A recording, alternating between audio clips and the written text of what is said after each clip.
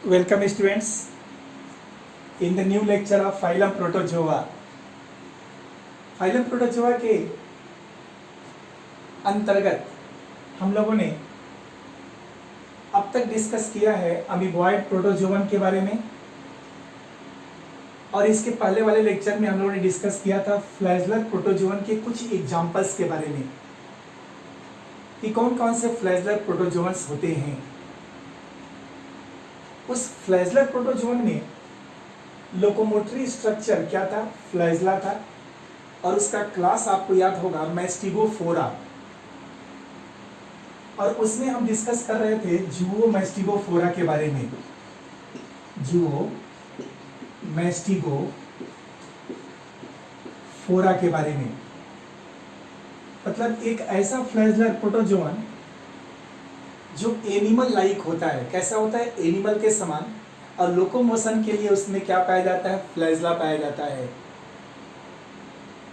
इसी में एक नाम आता है जुओ मैस्टिगोफोरा में जो छूट गया था इसके पहले वाले क्लास में, जियार्डिया, जियार्डिया लैम्बा, जियार्डिया लैम्बा। इसके बारे में जियार्डिया लैम्बा का स्ट्रक्चर कैसा होता है तो मैं आपको बता दूं, कुछ स्ट्रक्चर इसका इस तरह का होता है।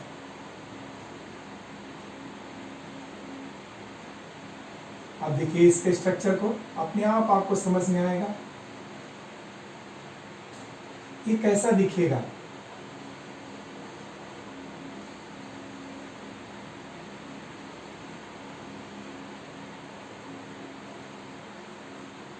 इसके बाद से एक यहां पर और एक यहां पर, यह फ्लैजला होता है जो बेसल ग्रेन्यूल से निकलता है। फिर इसके बाद से एक्सो स्टाइल निकलता है ऐसे,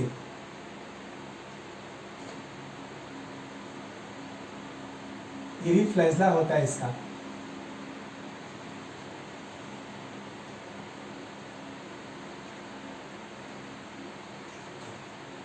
और यहीं से एक फ्लैजला ऐसे निकलेगा, एक ऐसे निकलेगा, एक ऐसे निकलेगा, एक ऐसे निकलेगा। ये जियार्डिया का स्ट्रक्चर होता है, और इस जियार्डिया के स्ट्रक्चर को अगर हम नाम लिखें तो देखिए ये बाहर की तरफ इसमें क्या पाया जाएगा?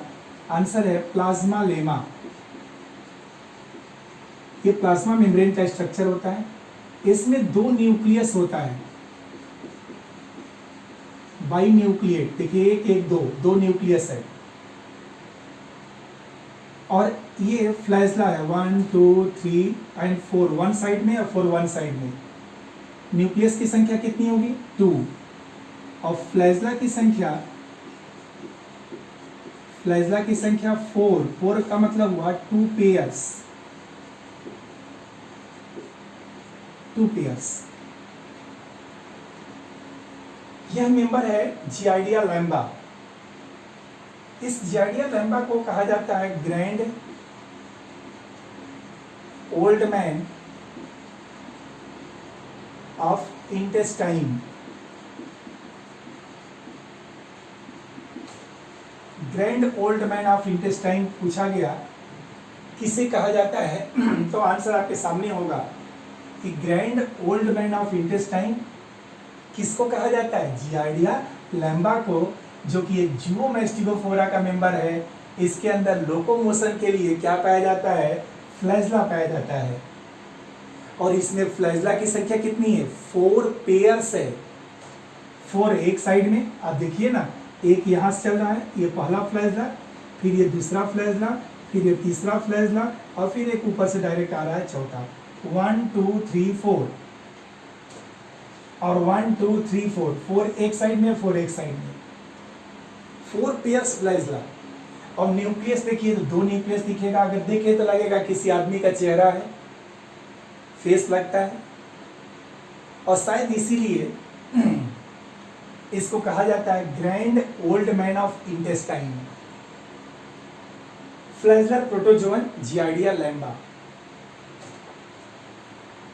इसका इन्फेक्शन कैसे होता है? इसका इन्फेक्शन ह्यूमन बॉडी में कैसे होगा? तो इसके इन्फेक्शन का मेन कारण होता है जो जियार्डिया लैम्बा का इन्फेक्शन होता है वह कंटामिनेटेड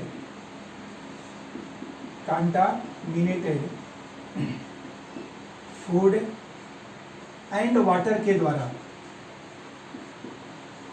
संक्रमित भोजन और पानी अगर हम लोग यूज करें, हाथ धोए बिना भोजन करने लगे, जो भी भोजन बना हुआ उसको ओपन रख दें, बिना वाश्ड वेजिटेबल्स का यूज करने लगे, तो ये मेंबर उसके थ्रू हमारे एलिमेंट्री कैनाल में, गट में, हमारे शरीर में प्रवेश कर जाता है और इंटेस्टाइन में पहुंच जाता है। कहाँ पहुंच जाता है? इंटेस्टाइन में। और जब ये इंटेस्टाइन में पहुंच जाएगा तो इसके द्वारा एक डिजीज काज होगी, और डिजीज बड़ा आसानी से आप लोग याद कर जाते हो। इसकी डिजीज इसके नाम से मिली हुई है, जियार्डिएसिस। जियार्डिएसिस, देखिए नाम से ही बिल्कुल मैच कर रहा है, जियार्डिया, जियार्डिएसिस। तो जब ये इंटेस्टाइन में पहुंचेगा तो उस समय इंटेस्टाइन के अंदर एलिमेंट्री कैनाल में एक डिजीज काज करेगा, जिस डिजीज का नाम क्या है? जियार्डिएसिस। और इसी डिजीज के कारण डायरिया काज होता है, कोलिक पेन शुरू हो जाता है, रोटेटरी पेन शुरू हो जाता है। तो क्या क्या होता है इसमें? तो आंसर है डायरिया, फ्रीक्वेंट स्टूल निकलने लगता है, कोलिक पेन नीचे की तरफ, जो एब्डोमेन में नीचे वाला हिस्सा होता है उसमें पेन होता है, रोटेटरी पेन होता है, नीचे से ऊपर, ऊपर से नीचे, नीचे से ऊपर, ऊपर से नीचे, ऐसे डायरिया, कोलिक पेन। एनीमिया काज हो जाता है। क्यों भाई? क्योंकि ब्लड की कमी होने लगती है। डिहाइड्रेशन काज होने लगता है, क्योंकि फ्रीक्वेंट स्टूल के निकलने से, वाटर जो बाहर निकलता है स्टूल के माध्यम से, उसकी वजह से शरीर में पानी की कमी हो जाती है।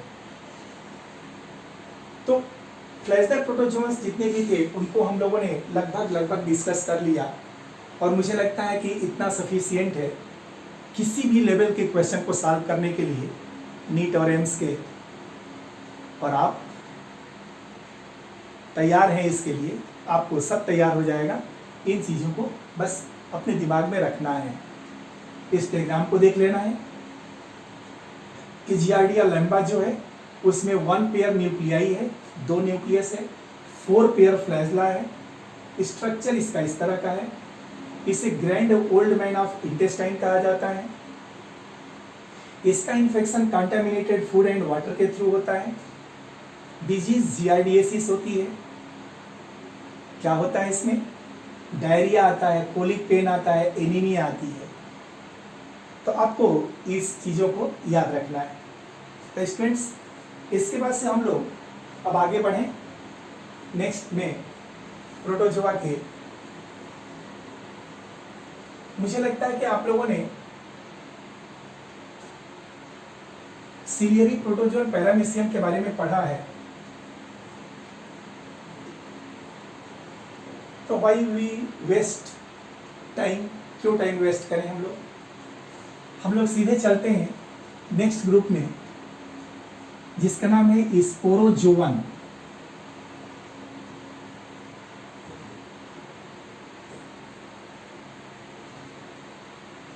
आइए अब हम लोग फाइलम प्रोटोजोआ के नेक्स्ट ग्रुप में आ जाते हैं, जिसका नाम है स्पोरोजोवन। थर्ड ग्रुप है स्पोरोजोवन।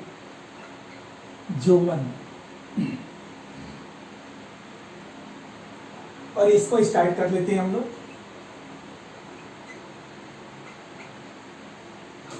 स्पोरोजोवन, 2-3 चीजों को ध्यान रखना है। पहला तो एक ये याद रखना है कि स्पोरोजोवन में ऐसे प्रोटोजोन आएंगे जिसके अंदर कोई specific, no specific locomotory structure, no specific locomotory structure, कोई भी स्पेसिफिक लोकोमोटरी स्ट्रक्चर इसके अंदर नहीं होगा, नहीं पाया जाएगा। ये इंपॉर्टेंट टर्म है क्या, कि लोकोमोटरी स्ट्रक्चर इसके पास नहीं है। अब बात उठती है कि क्या ये लोकोमोशन नहीं करता? तो आंसर करता तो है। तो इसमें लोकोमोशन कैसा होता है? तो डाइवर्स टाइप का होता है, डाइवर्स टाइप ऑफ मूवमेंट होगा मूवमेंट, लेकिन ये अलग, जैसे ग्लाइडिंग हो जाएगा, रोलिंग हो जाएगा, ऐसे फ्लोटिंग हो जाएगा। तो ग्लाइडिंग भी होगा, रोलिंग भी होगा, फ्लोटिंग भी होगा, ये मूवमेंट इसके अंदर होगा। लेकिन जैसे अब सीडोपोडिया के द्वारा, सीलिया के द्वारा, फ्लैजला के द्वारा हो, ऐसा कोई स्पेशल स्ट्रक्चर इस ग्रुप में होता ही नहीं है। और एक इंपॉर्टेंट चीज इसमें आती है तीसरा, कि इस ग्रुप के मेंबर में लाइफ में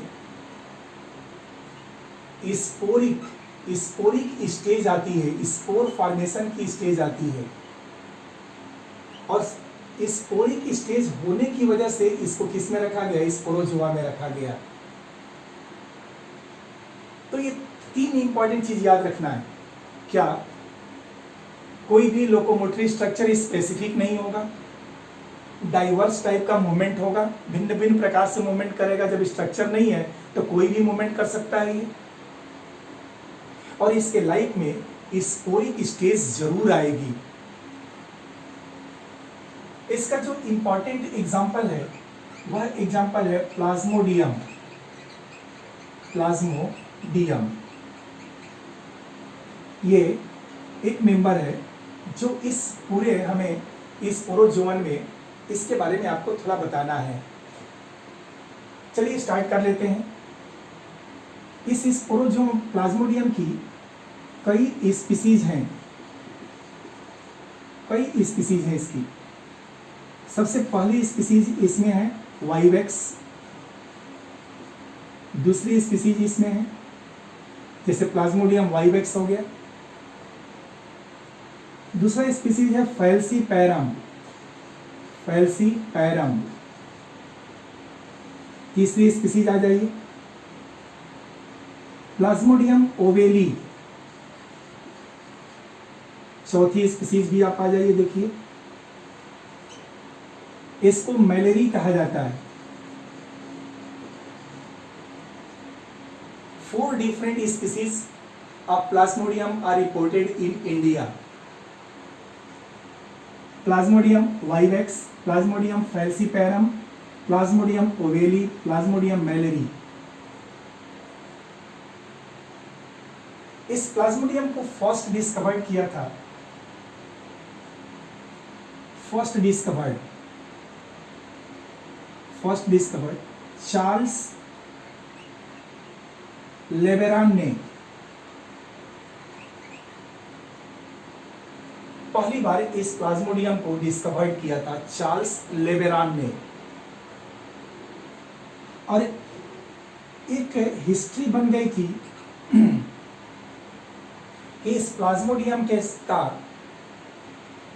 जो पैथोजेनेसिटी है और एक मॉस्किटो के साथ रिलेशन, इंडियन आर्मी में, पुणे की इंडियन आर्मी जो अंग्रेज के ज़माने की थी, अंग्रेजों के ज़माने की बात है, उस समय doctor Ronald Ross Indian army के डॉक्टर थे, डॉक्टर रोनाल्ड रॉस। प्लाज्मोडियम के बारे में तो खोज चार्ल्स लेबेरान ने की थी, याद रखिएगा, इसमें कोई दो राय नहीं है। लेकिन यह प्लाज्मोडियम ह्यूमन में एक मॉस्किटो की बाइटिंग से फैलता है, एक मच्छर के काटने से फैलता है आदमी में। यह बात सबसे पहली बार किसने बताई थी? डॉक्टर रोनाल्ड रॉस ने बताई थी। तो इनके बारे में है कि डॉक्टर रोनाल्ड रॉस ये establish the relationship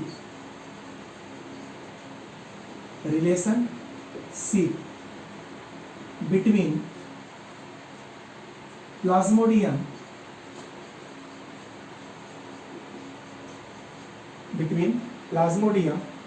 and mosquito।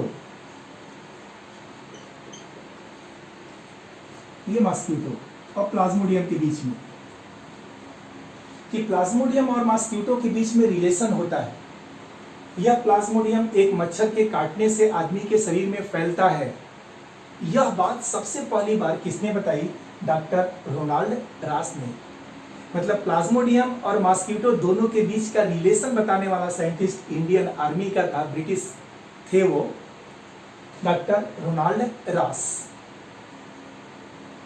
अब बात होती है इस प्लाज्मोडियम की स्पीसीज के बारे में भी आपने देखा, कितनी स्पीसीज थी? 4, वाइवेक्स, फैल्सीपेरम, ओवेली और मैलेरी।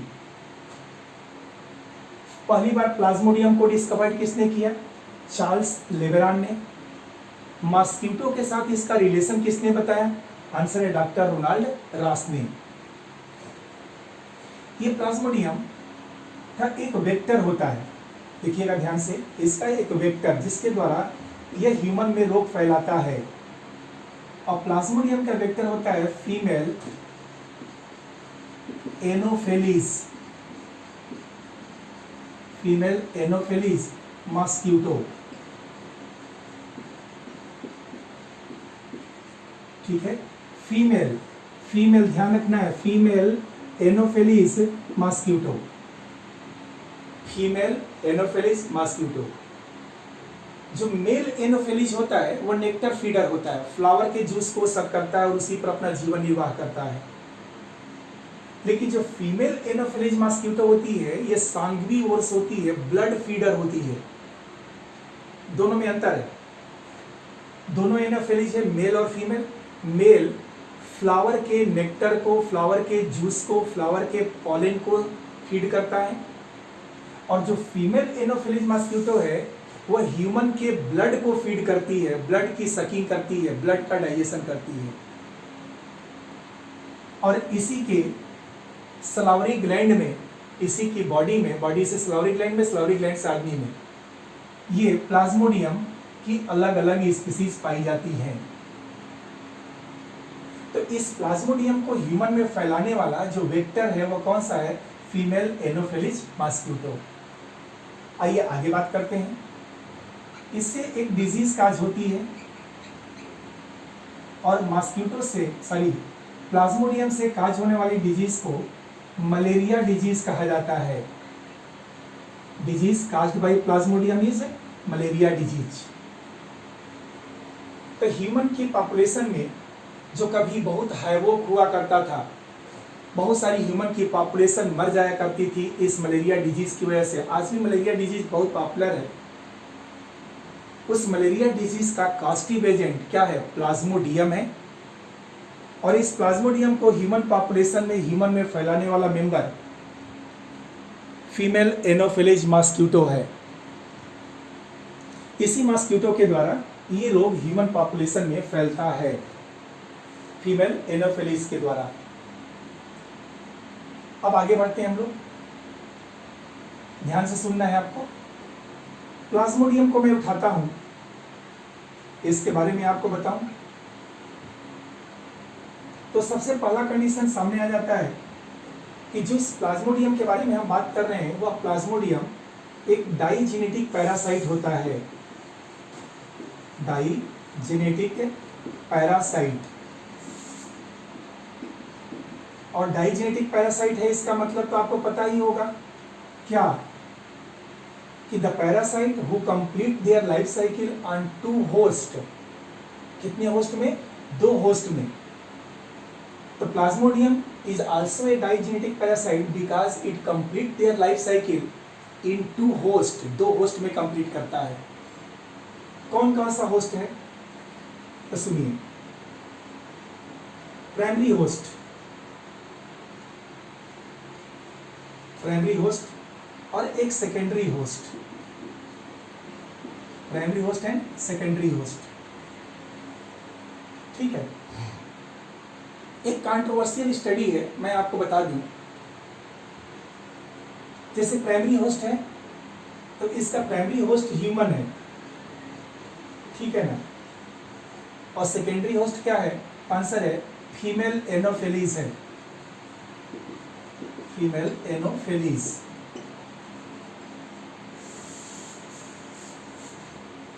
आप समझ रहे हैं? प्राइमरी होस्ट कौन है? ह्यूमन, और सेकेंडरी होस्ट फीमेल एनोफिलिस है। अब यहां पर आपको थोड़ी सी दुविधा होती है, बट आंसर आपको ये देने की ज़रूरत है कि ह्यूमन में ह्यूमन प्राइमरी होस्ट है और सेकेंडरी होस्ट होती है। कंट्रोवर्शियल स्टडी अलग अलग बुक्स में क्या मिलता है, मिलता ये है कि जिस भी एनिमल के अंदर किसी पैरासाइट की, ध्यान से सुनना है, ये पैरासाइट है कौन, प्लाज्मोडियम, किसी भी पैरासाइट की लाइफ साइकिल का सेक्सुअल फेज जिस भी एनिमल में चलेगा वह उसका डिफिनिट होस्ट और प्राइमरी होस्ट होगा। क्लियर है? क्या मैंने बोला? प्राइमरी तभी होगा जब उसके अंदर सेक्सुअल रिप्रोडक्शन कंप्लीट होगा उस पैरासाइट का, और सेकेंडरी होस्ट का मतलब एक ऐसा होस्ट जिसके अंदर एसेक्सुअल रिप्रोडक्शन कंप्लीट होता हो।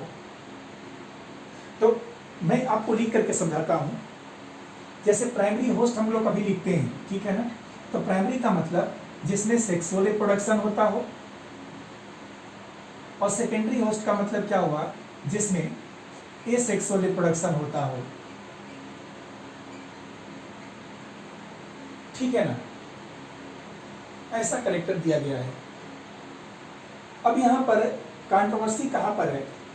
तो आंसर है कि सेक्सुअल रिप्रोडक्शन की पूरी प्रक्रिया फीमेल एनोफिलीज में होती है। ऐसे देखिए, सेक्सुअल रिप्रोडक्शन की पूरी प्रक्रिया कहां होती है? फीमेल एनोफिलीज में। और एसेक्सुअल रिप्रोडक्शन की पूरी प्रक्रिया कहां होती है? ह्यूमन में होती है। तो ये जो मैंने लिखा है तो गलत हो गया? हो गया कि नहीं? बिल्कुल हो गया भाई। अगर सेक्सुअल रिप्रोडक्शन फीमेल एनोफिलीज में कंप्लीट हो रहा है तो फीमेल एनोफिलीज ही तो प्राइमरी होस्ट हुआ। तो ये कॉन्सेप्ट तो यही कहता है कि जिसमें सेक्सुअल रिप्रोडक्शन होगा वो प्राइमरी होस्ट होगा, और जिसमें एसेक्सुअल होगा वो क्या होगा? वो सेकेंडरी होस्ट होगा। तो इस कॉन्सेप्ट को अगर लागू करें, इस कॉन्सेप्ट को जो बेसिक कॉन्सेप्ट है, तो इसके अनुसार ह्यूमन प्राइमरी होस्ट नहीं होगा। ह्यूमन क्या होगा? सेकेंडरी होस्ट होगा। और फीमेल एनोफिलिस प्राइमरी होस्ट होगी, अगर ये कॉन्सेप्ट लागू होता है तो। लेकिन ये भी बात है, अगर कॉन्सेप्ट ना लगाएं हम इसको, तो हम अगर सेक्सुअल रिप्रोडक्शन की ओरिजिन की बात करें तो सेक्सुअल रिप्रोडक्शन में दो इंपॉर्टेंट फेज होती है, एक गैमिट फॉर्मेशन की और एक गैमिटिक फ्यूजन की। मतलब एक मेल फीमेल गैमिट बनेगा और एक फ्यूज होगा। तो सेक्सुअल रिप्रोडक्शन की पहली प्रक्रिया गैमिट फॉर्मेशन की वो कहाँ होती है? ह्यूमन में होती है। तो सेक्सुअल रिप्रोडक्शन की पहली प्रक्रिया जो गैमिट फॉर्मेशन की है वो ह्यूमन में होती है, इसलिए ह्यूमन को प्राइमरी होस्ट माना जाता है। बाकी पूरी प्रक्रिया सेक्सुअल रिप्रोडक्शन की कहाँ होगी? फीमेल एनोफिलीज में। बट सेक्सुअल रिप्रोडक्शन की पहली फेज जिसमें गैमिट बनेगा वह गैमिट फीमेल एनोफिलीज में नहीं बनता। वो कहाँ बनता है?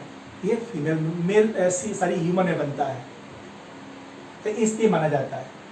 तो ये तो खैर आपके विवेक पर डिपेंड करेगा कि क्या करें क्या ना करें आंसर। फिर भी मैं आपको दुविधा से निकालने की कोशिश करता हूं, और हम लोग इनिशियल फेज को हट करके दूसरे इस फेज पर चले जाते हैं, प्राइमरी सेकेंडरी में सेक्सुअल रिप्रोडक्शन और एसेक्सुअल रिप्रोडक्शन को बेस को मान लेते हैं। तो कभी कोई ये आपसे कह दिया अरे सेक्सुअल रिप्रोडक्शन की शुरुआत कहाँ होती है? तो ह्यूमन में होती है। भाई कहाँ होती है? ह्यूमन में। तो फिर अब जहाँ बिगनिंग होगी उसी को प्राइमरी होस्ट मानेंगे, तब बिगनिंग वाले को प्राइमरी होस्ट मानेंगे। तो आप नॉलेज रखिएगा जरूर कि कहीं ऐसा ना हो कि आप टीचर को ही कोई गलत समझा सिद्ध कर दे कि टीचर ने आपको ये चीज़ नहीं बताई है। तो मैं आपको इस कंट्रोवर्सी से दूर कर देता हूँ कि सेक्सुअल रिप्रोडक्शन की स्टार्टिंग ह्यूमन में होती है, इसलिए ह्यूमन को प्राइमरी होस्ट कंसीडर किया जाना चाहिए। लेकिन सेक्सुअल रिप्रोडक्शन की मेजर प्रक्रियाएं फीमेल एनोफिलीज में होती है, इसलिए सामान्यतः कुछ किताबों ने तो इसको ह्यूमन को लिखा है और मैक्सिमम किताबों ने फीमेल एनोफिलीज दिया है। तो आप भी वही याद रखिएगा इस कॉन्सेप्ट को याद करते हुए। ठीक है भाई। इस प्राइमरी होस्ट को हम लोग डिफिनिट होस्ट कहते हैं, और इस सेकेंडरी होस्ट को हम लोग सेकेंडरी या इंटरमीडिएट होस्ट कहते हैं, इंटरमीडिएट होस्ट कहते हैं। अब सेक्सुअल रिप्रोडक्शन की वजह से प्राइमरी होस्ट क्या होगा? आंसर है प्राइमरी होस्ट फीमेल एनोफिलीज होगी। लेकिन ध्यान रखिएगा, सेक्सुअल रिप्रोडक्शन की शुरुआत इसमें नहीं होगी, कहाँ होती है? ह्यूमन में होती है। और सेकेंडरी होस्ट जो इंटरमीडिएट होस्ट है वह क्या हो जाएगा? ह्यूमन हो जाएगा। तो मैंने आपको दोनों कॉन्सेप्ट दे दिया और आप बेसिकली यही कॉन्सेप्ट यूज करेंगे तो ज़्यादा अच्छा रहेगा कि प्राइमरी होस्ट जो डिफिनिट होस्ट है वो फीमेल एनोफिलीज है। क्यों है? क्योंकि इसमें कौन सी प्रक्रिया होती है? आंसर है इसमें सेक्सुअल रिप्रोडक्शन की प्रक्रिया होती है। और ह्यूमन में कौन सी प्रक्रिया होती है? आंसर है ह्यूमन में एसेक्सुअल रिप्रोडक्शन की प्रक्रिया होती है। तो आप लोग जो भी कॉन्सेप्ट है इस कॉन्सेप्ट को थोड़ा समझने की कोशिश करेंगे तो आपको बिल्कुल समझ में आता रहेगा कि कैसे क्या होता है। एक बार फिर से हम इसको मिटाएंगे, तब तक आप देख लीजिए सारी चीजों को।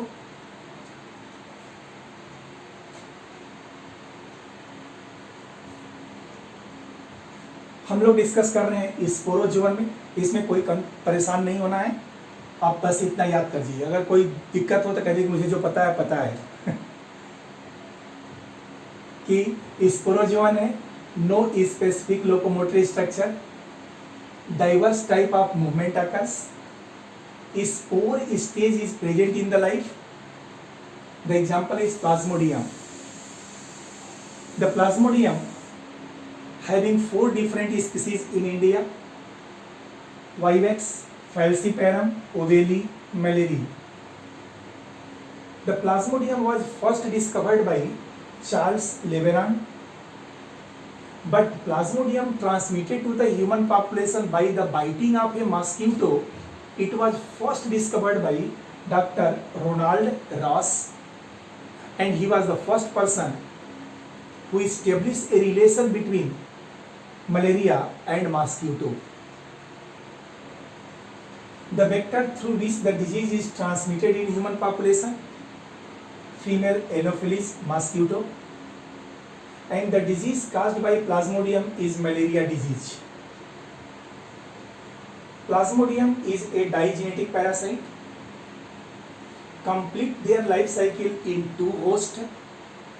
Primary host is definite host, secondary host is intermediate host. The primary host are those in which sexual reproduction is completed. It is female Anopheles mosquito. And secondary hosts are those in which asexual reproduction is completed, which is human being. चलिए इतना तो हो गया, अब आगे हम लोग थोड़ा और बढ़ें।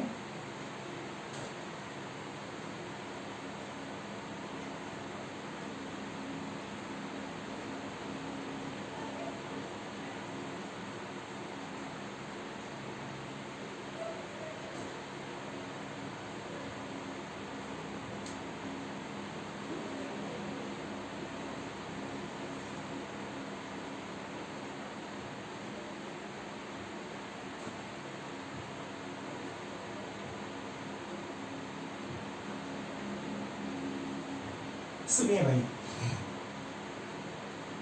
इसमें स्पोरोजोअन में जिस मेंबर को हम डिस्कस कर रहे हैं वह मेंबर कौन सा है? प्लाज्मोडियम। और इस प्लाज्मोडियम से कौन सी डिजीज काज हो रही है? तो आंसर है इससे काज होने वाली डिजीज का नाम है मलेरिया डिजीज। इससे काज होने वाली डिजीज का नाम क्या है? Malaria disease.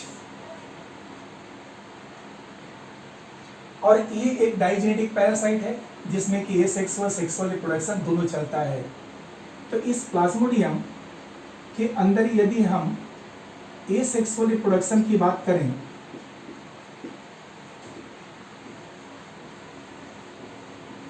Asexual reproduction,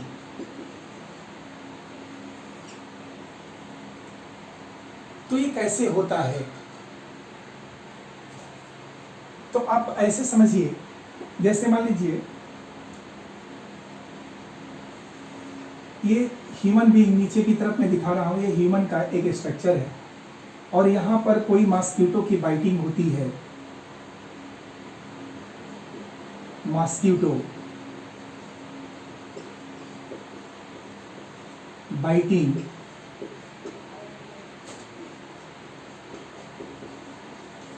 human.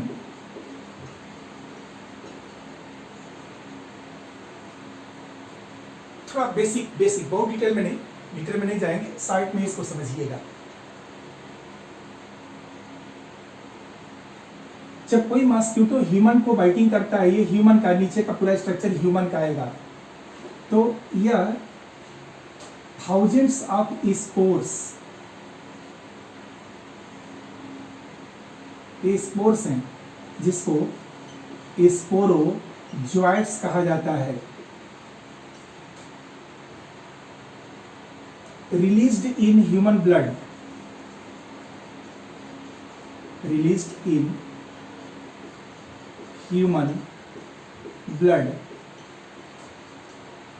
क्यों रिलीज होगा? तो आपको पता है, जैसे मान लीजिए मॉस्किटो बैठा, तो मॉस्किटो की बॉडी की विशेषता ये होती है कि जो ब्लड फीडर मॉस्किटो होते हैं उनके सलाइवा में एंटीकोएगुलेंट होता है, और जब वो बाइटिंग करते हैं, काटते हैं, तो वो अपने सलाइवा के माध्यम से एक ड्रॉप एंटीकोएगुलेंट को हमारे ब्लड में छोड़ देते हैं, जिससे कि हमारा ब्लड क्लॉट नहीं होने पाता और ब्लड लिक्विड के फॉर्म में हमेशा बना रहता है, उस ब्लड को सक करते हैं।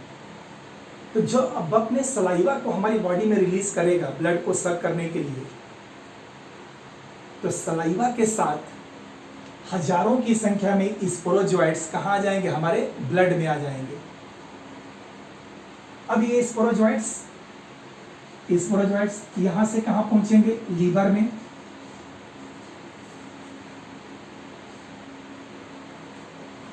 पहले तो ब्लड में आया, ब्लड सर्कुलेशन से गया, कहां पहुंचा? लीवर में। जब ये लीवर में पहुंचेगा तो यहां पर ये क्रिप्टोजोइट्स बना लेता है, क्रिप्टोजोइट्स, इसको मीरोजोइट्स भी कहा जाता है। फिर जब क्रिप्टोजोइट्स बन जाते हैं तो लीवर की सेल्स फटने लगती हैं, लीवर कमजोर होने लगता है, और ये जो क्रिप्टोजोइट्स होते हैं ऐसे, ये लीवर की सेल से बाहर आ जाते हैं और ये आरबीसी में चले आते हैं। कहाँ चले आते हैं? देखिए ये आरबीसी है,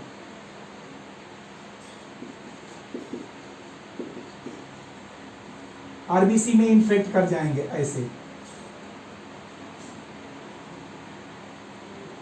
ध्यान से देखना है इसको कि ब्लड में आया, ब्लड से पहले कहाँ गया? लीवर में। लीवर में क्या बना? क्रिप्टोजोइट्स कहाँ गया? ब्लड में। जब तक ये लीवर में था तब तक ये कहलाता है एक्सो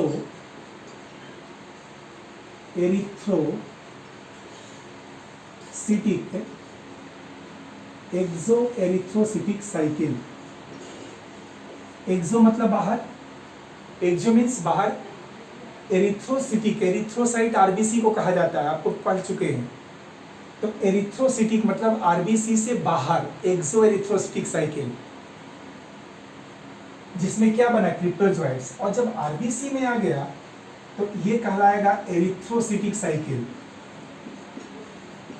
एरिथ्रोसिटिक साइकिल। अब आपको मेडिकल के क्वेश्चंस आसानी से निकल जाते हैं। पूछता है कि एक्सो एरिथ्रोसिटिक साइकिल कहाँ कंप्लीट होती है?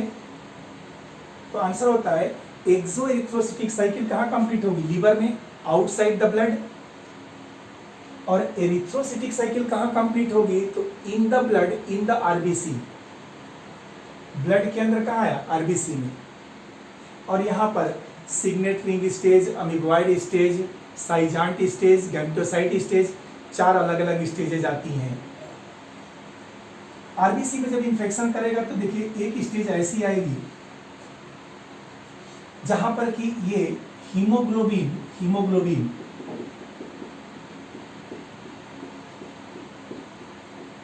हीमोग्लोबिन जो हमारे बॉडी का होता है ना, ब्लड का, हीमोग्लोबिन डिग्रेड हो जाएगा, डिग्रेड आरबीसी के अंदर। मैं आपको बताऊं, ये 4 अलग अलग स्टेजेस चलेंगी। ऐसा नहीं सोचना है कि तुरंत हो जाएगा, ये कुछ इंक्यूबेशन पीरियड होता है, उसके बाद 4 स्टेजेस पर आता है ये।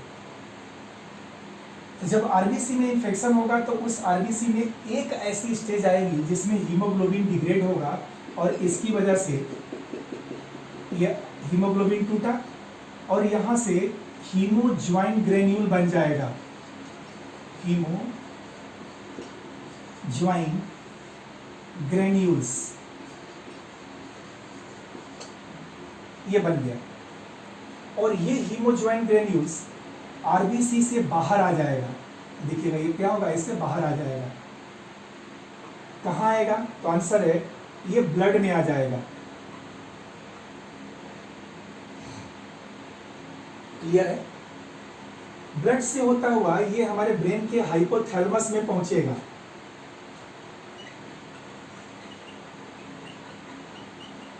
कहाँ पहुंचेगा? हाइपोथैलेमस में, ब्रेन में। ब्लड में है तो ब्लड सर्कुलेशन तो चलता रहेगा पूरे बॉडी में, तो ये हमारे बॉडी के हाइपोथैलेमस में पहुंच जाएगा। और हाइपोथैलेमस में हमारे बॉडी का एक थर्मोस्टेट होता है, थर्मोस्टेट होता है, जो हमारे बॉडी के टेम्परेचर को, हमारे बॉडी के टेम्परेचर को 37 डिग्री सेल्सियस पर सेट किया रहता है। इतना हमारे बॉडी का टेम्परेचर होता है, इतना 37 डिग्री सेल्सियस। कोई जरूरी नहीं है आपको इतना डिटेल जानना, जितना आप जान जाएंगे उतना बहुत है, इसलिए कभी घुराने की जरूरत नहीं है कि कहाँ कहाँ कितना हो रहा है, होने दीजिए। हम आपसे बोल रहे थे कि जब आरबीसी में आएगा तो आरबीसी में एक स्टेज ऐसी आएगी जहां पर कि ये फट जाएगा, मतलब हीमोग्लोबिन डिग्रेड हो जाएगा। हीमोग्लोबिन यहाँ पर डिग्रेड हो रहा है, देखिए, और क्या बना रहा है? तो हीमोज्वाइन ग्रेन्यूल्स। और हीमोग्लोबिन के टूटने की वजह से अब आदमी में हीमोग्लोबिन की कमी होगी तो एनीमिया काज हो जाएगा। पहले किसकी प्रॉब्लम शुरू हुई? लीवर की। लीवर की सेल्स फटी, लीवर कमजोर हुआ, फिर आरबीसी नष्ट हुआ तो एनीमिया काज होगा। और ये हीमोज्वाइन ग्रेन्यूल्स एक टॉक्सिक ग्रेन्यूल्स है, ये जहरीला ग्रेन्यूल्स है। ये आरबीसी से बाहर ब्लड में आएगा, ब्लड सर्कुलेशन के द्वारा घूमते घूमते ब्रेन के किस भाग में पहुंचेगा? हाइपोथैलेमस में। और हाइपोथैलेमस में एक स्ट्रक्चर होता है थर्मोस्टेट, जो हमारे बॉडी के टेम्परेचर को 37 डिग्री सेल्सियस पर सेट किया रहता है। अब ये हीमोज्वाइन ग्रेन्यूल्स इस थर्मोस्टेट को रीसेट कर देगा, रीसेट। और यहां से मान लीजिए ये 37 से 38 डिग्री पर लेकर चला गया, तो यहां पर क्या हुआ? ब्रेन का अंदर जो थर्मोस्टेट है वो कहां पहुंच गया? 38 डिग्री सेल्सियस पर, 37.5 डिग्री सेल्सियस पर, 37.6 डिग्री सेल्सियस, मतलब कुछ भी 38 से ज्यादा नहीं करना है, मतलब एक जनरल बता रहे हैं आपको। तो अब हमारे बॉडी का भी टेम्परेचर कितना है? 37 डिग्री, और ब्रेन कितना डिमांड कर रहा है बॉडी से? 38 डिग्री। तो अब बॉडी क्या करेगी? अपने टेम्परेचर को बढ़ाने की कोशिश करेगी। इस टेम्परेचर का डिफरेंस, ब्रेन का टेम्परेचर, ब्रेन कितना चाह रहा है क्या हमारे बॉडी का टेम्परेचर कितना हो जाए? 38 डिग्री हो जाए, 37.5 डिग्री हो जाए। और हमारे बॉडी का टेम्परेचर कितना है? आंसर है हमारे बॉडी का टेम्परेचर 37 डिग्री। तो आप देखिए हमारे बॉडी का टेम्परेचर कम है ना, और ब्रेन कितना मांग रहा है? 38 डिग्री। तो अब ठंडक महसूस होगी, क्या हो जाएगा? तो आंसर है इसी वजह से शिवरिंग काज होगी। शिवरिंग, शिवरिंग, कपकपी लगेगी, ठंडक, चिलिंग फील होगी। मतलब एक तरह से देखें तो सबसे पहले क्या होगा? चिल होगा, क्योंकि ब्रेन कितना डिमांड कर रहा है? 38 डिग्री, और अभी है बॉडी कितने पर? 37 डिग्री पर। तो ठंडक महसूस होगी। ठंडक महसूस होने से बॉडी क्या होगी? शिवरिंग, कांपेगी। ये शिवरिंग बॉडी की एक एक्सरसाइज है टू रेज द टेम्परेचर को बढ़ाने के लिए। अब सीवरिंग के बाद से क्या होगा, बॉडी का टेम्परेचर अचानक से बढ़ जाएगा। तो अब सीवरिंग के बाद से क्या होगा, बॉडी टेम्परेचर रेज करेगा तो फीवर आ जाएगा। तो इसकी वजह से टेम्परेचर बढ़ा, मतलब रीसेट हो गया, तो ठंडक महसूस हुई। ठंडक महसूस होने से कांपने लगा शरीर, कि बॉडी का टेम्परेचर क्या हुआ, बढ़ा, फीवर आ गया। थोड़ा देर बाद 2 से 3 घंटे बाद फीवर डाउन हो जाएगा। क्लियर? अब फीवर डाउन हो जाएगा तो इसके बाद से क्या होगा, ए लॉट ऑफ स्वेटिंग, बहुत अधिक पसीना निकलेगा। फीवर डाउन हो गया तो फिर क्या होगा, उसके बाद स्वेटिंग होगी, फिर इसके बाद से टायर्डनेस, थकावट महसूस होगी, फिर इसके बाद से वीकनेस आएगी, कमजोरी होगी। और यही इस मलेरिया का सिम्टम होता है। फिर ये पूरा सिम्टम रिपीट करेगा, रिपीट आफ्टर 48 आवर्स, 48 घंटे के बाद ये रिपीट करेगा। जो करेक्टर मैं आपको समझाने की कोशिश कर रहा हूं कि मलेरिया डिजीज अगर हुई तो उस समय ह्यूमन के बॉडी में क्या स्थिति होगी, तो पहले चिलनेस आएगी, फिर क्या होगा, सीवरिंग होगा, फिर फीवर आएगा, फिर फीवर 2-3 घंटे बाद उतर जाएगा तो लॉट ऑफ स्वेटिंग होगी, फिर आदमी थक जाएगा, टायर्डनेस एंड वीकनेस। और 2 सिम्टम कॉमन चल रहे हैं, किस चीज का, तो लीवर का सिम्टम और एनीमिया का। लीवर लगातार कमजोर होता जा रहा है और ब्लड की कमी होती जा रही है इस मलेरिया डिजीज में। इसलिए इसका क्योर समय से कराना बहुत जरूरी होता है। तो ये एसेक्सुअल रिप्रोडक्शन की कंडीशन होती है। और यहीं पर मैं आपको बता दूं कि इसी एसेक्सुअल रिप्रोडक्शन की कंडीशन में ही चौथा स्टेज गैमेटोसाइट का, 4 स्टेज बोला था ना, तो चौथा स्टेज गैमेटोसाइट का होगा। और ह्यूमन के ब्लड में मेल और फीमेल गैमिट्स बन जाएंगे, गैमेटोसाइट। जैसे देखिए, इन सबको मैं हटाता हूं। देखिए इसमें ये फीवर की कंडीशंस रही। अंत में इसी हीमोग्लोबिन से, जैसे आरबीसी है, इस आरबीसी में अंतिम स्टेज आएगी क्या, तो गैमेटोसाइट की।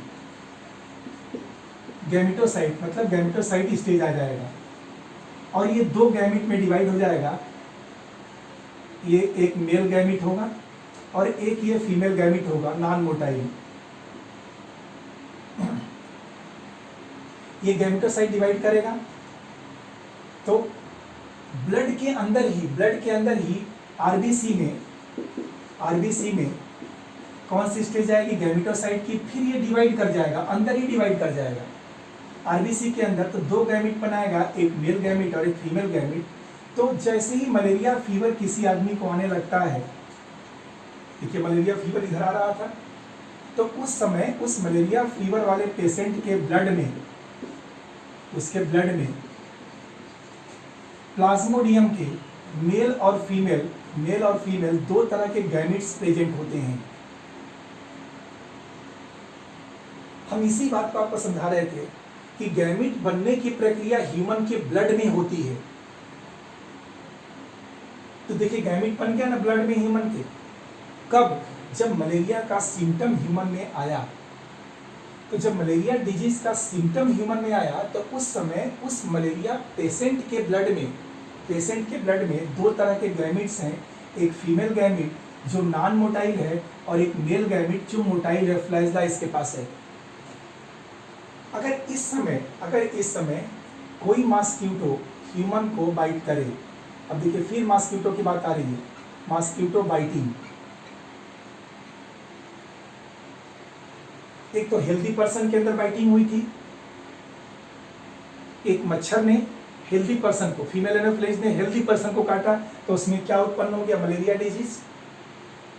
और जब मलेरिया रोग हो गया तो मलेरिया पेशेंट को किसी और मच्छर ने काट दिया, मॉस्किटो ने, फीमेल एनोफिलीज ने, तो मलेरिया पेशेंट के ब्लड से अब उसके बॉडी में क्या चला जाएगा, तो मेल फीमेल गैमीट चले जाएंगे, ऐसे जाएगा ना, ये भी गैमीट चला जाएगा और ये भी गैमीट चला जाएगा। मॉस्किटो के बॉडी में अब मेल फीमेल दोनों गैमीट चले जाएंगे। और जब मलेरिया पेशेंट के बॉडी में मेल फीमेल गैमीट जाएंगे तो वहां पर अब फ्यूजन होगा और सेक्सुअल रिप्रोडक्शन की प्रक्रिया होगी।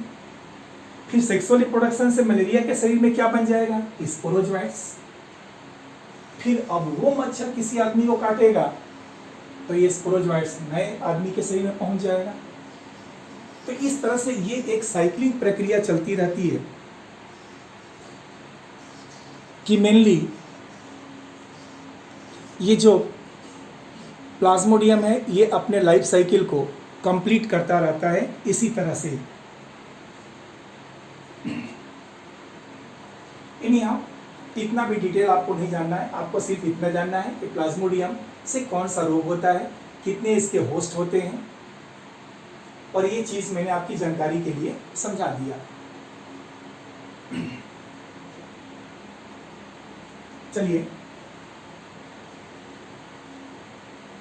अब मलेरिया डिजीज जो हो जाती है ह्यूमन के अंदर,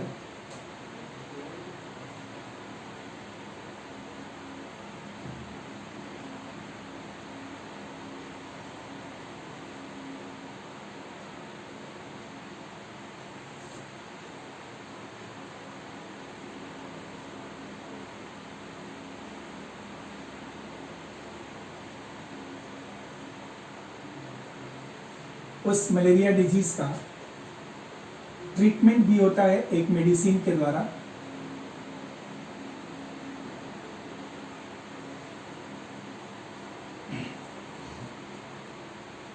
देखिए प्लाज्मोडियम से जो मलेरिया डिजीज हुई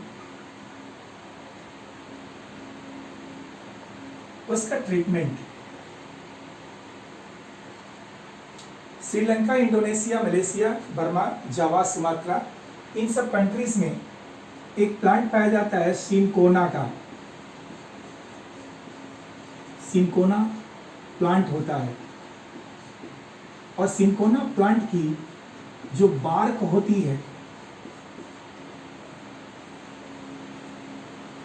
ट्रीटमेंट के लिए ये स्टेटमेंट है कि सिनकोना प्लांट होता है और सिनकोना प्लांट की जो बार्क होती है, छाल होता है, उस बार्क से एक एल्केलॉइड निकलता है, एल्केलॉइड, जिसका नाम क्विनीन होता है, क्विनीन होता है।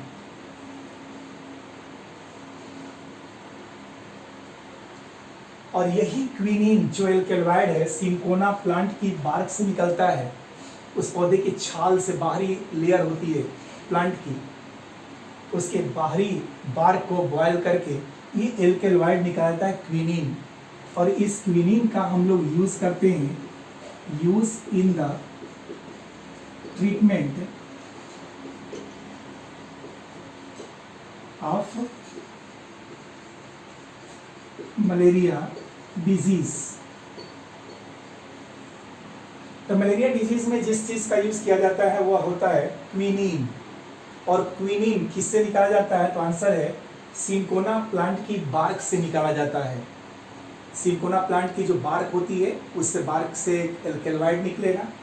और इस क्विनीन का कई कंपनियां यूज करती हैं, अलग अलग कंपनी अलग अलग ब्रांड के नेम से है।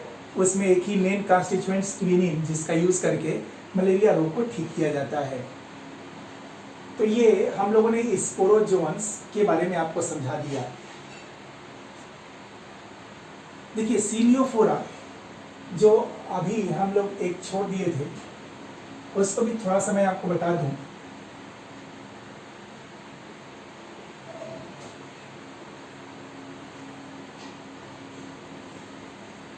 कि एक प्रोटोजोन सिलियरी भी होता है,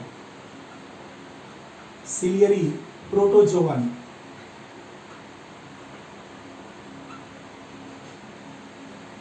ठीक है, और सिलेरी प्रोटोजोवन को सीलिएट्स कहा जाता है और इसको एक क्लास में रखा गया है, वह क्लास है सीलियोफोरा। सीलियोफोरा ये क्लास है और इसका मेन एग्जाम्पल है इस सीलियोफोरा का पैरामीशियम। पैरामीशियम इसको स्लीपर एनिमलक्यूल, स्लीपर एनिमलक्यूल भी कहा जाता है। और इसकी विशेषता यह है कि इसमें लोकोमोशन के लिए सीलिया पाया जाता है। आप लोगों ने स्ट्रक्चर देखा होगा, जो पैरामीशियम होता है उसका कुछ स्ट्रक्चर इसी तरह का स्लीपर के समान होता है। ये स्ट्रक्चर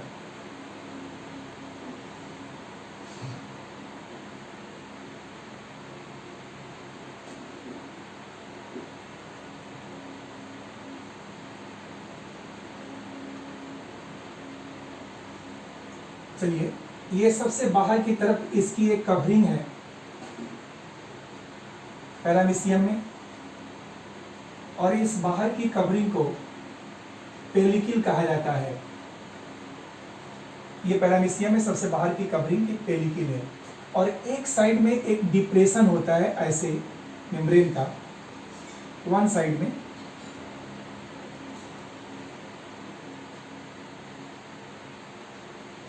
ये डिप्रेशन है। आप हाथ डालना चाहें तो डाल सकते हैं। ये इसका स्ट्रक्चर है, डिप्रेशन। और इसके बाहर की तरफ, बॉडी के बाहर की तरफ ये छोटे छोटे माइन्यूट हेयर लाइक स्ट्रक्चर्स होते हैं, नीचे की तरफ आकर काफी बड़े बड़े हो जाते हैं ऐसे।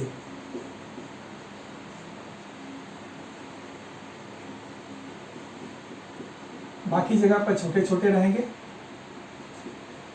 और नीचे आकर के बड़े बड़े हो जाते हैं। यही बाहर का स्ट्रक्चर इसका सीलिया का है। और जो डिप्रेशन अंदर की तरफ होता है, इसमें भी हेयर लाइक स्ट्रक्चर सीलिया का पाया जाता है ऐसे। इसके अंदर दो न्यूक्लियस होता है, एक बड़ा न्यूक्लियस और एक छोटा न्यूक्लियस। दो न्यूक्लियस है। इसके दो कॉन्ट्रैक्टाइल वैक्यूल्स होते हैं, एक ऊपर की तरफ और एक नीचे की तरफ ऐसे। और कॉन्ट्रैक्टाइल वैक्यूल से जुड़ा हुआ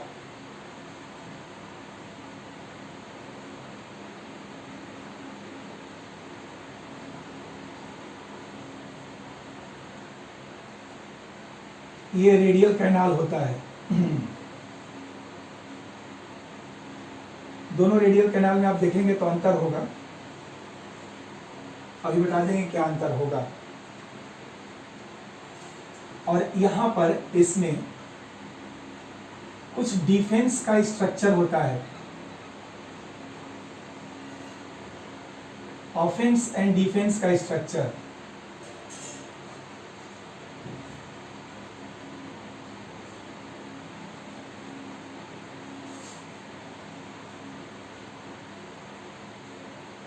अब देखिए, ये जो पैरामीशियम आप देख रहे हैं ना, ये ऊपर की तरफ जो ब्लंट राउंडेड स्ट्रक्चर दिख रहा है, ये इसका इंटीरियर पार्ट होता है, ये इंटीरियर होता है। और जो पॉइंटेड आप देख रहे हैं, ये इसका पोस्टीरियर पार्ट होता है। एक दूसरा जाइए, दो न्यूक्लियस है, एक बड़ा न्यूक्लियस है, इसको मैक्रो न्यूक्लियस, मैक्रो मतलब बड़ा न्यूक्लियस, जो वेजिटेटिव फंक्शन में होता है। और एक छोटा है, इसको हम लोग माइक्रो न्यूक्लियस कहते हैं। माइक्रो न्यूक्लियस जो जेनेटिक होता है, रिप्रोडक्शन में भाग लेता है। पैरामीशियम जो सीलिएटा का मेंबर है, सीलियोफोरा का मेंबर है, इसमें यदि आप ध्यान से देखेंगे तो बाई न्यूक्लिएट है, दो न्यूक्लियस है, एक बड़ा न्यूक्लियस माइक्रो जो वेजिटेटिव है, जैसे ग्रोथ हो गया, डेवलपमेंट हो गया, लोकोमोशन हो गया, न्यूट्रिशन हो गया, इन फंक्शंस को करता है। और जो छोटा न्यूक्लियस है यह जेनेटिक है, जेनेटिक न्यूक्लियस है और यह सिर्फ रिप्रोडक्शन में भाग लेता है। सबसे बाहर की तरफ ये स्ट्रक्चर देखिए, इसका नाम क्या है? सीलिया, जिसके आधार पर इसको सीलिएटा ग्रुप में रखा गया। और ये इसका लोकोमोटरी स्ट्रक्चर होता है। इसका क्या होता है? Locomotory structure. और इसी स्ट्रक्चर के बेसिस पर इसको सीलिएटा या सिलियरी प्रोटोजोन कहा जाता है। आइए आगे बात करते हैं। ये इसका कंट्रैक्टाइल वैक्यूल है, कंट्रैक्टाइल वैक्यूल। और ये इसका इधर वाला जो होता है ये इसका रेडियल कैनाल है।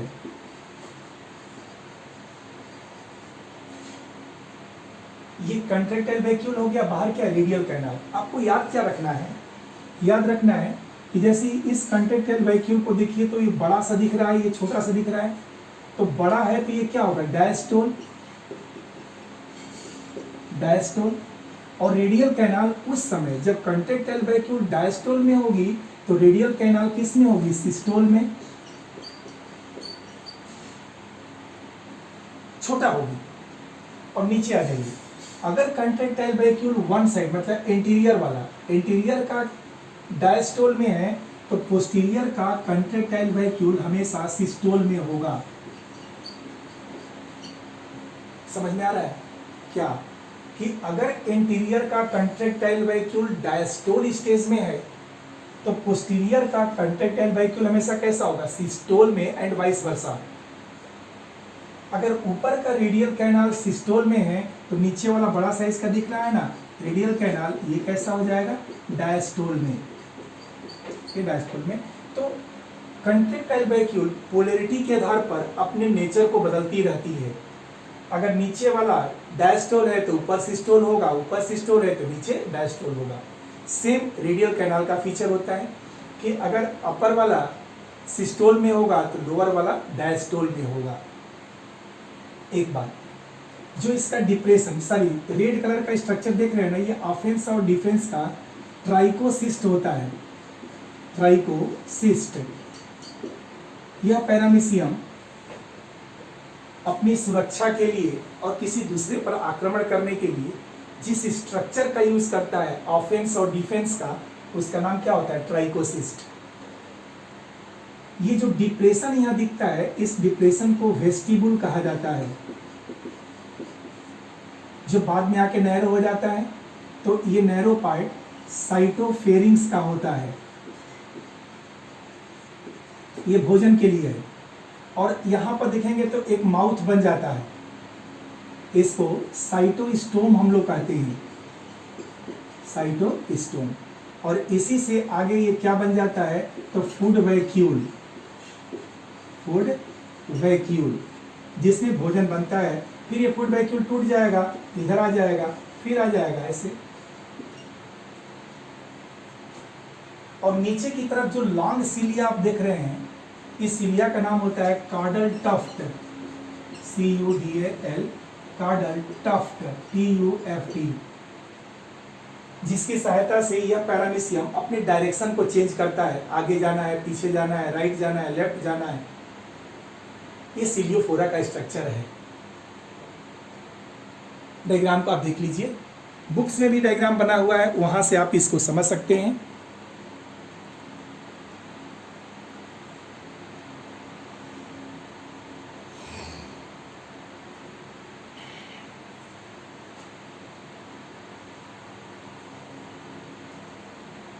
समझ में आ रहा है क्या?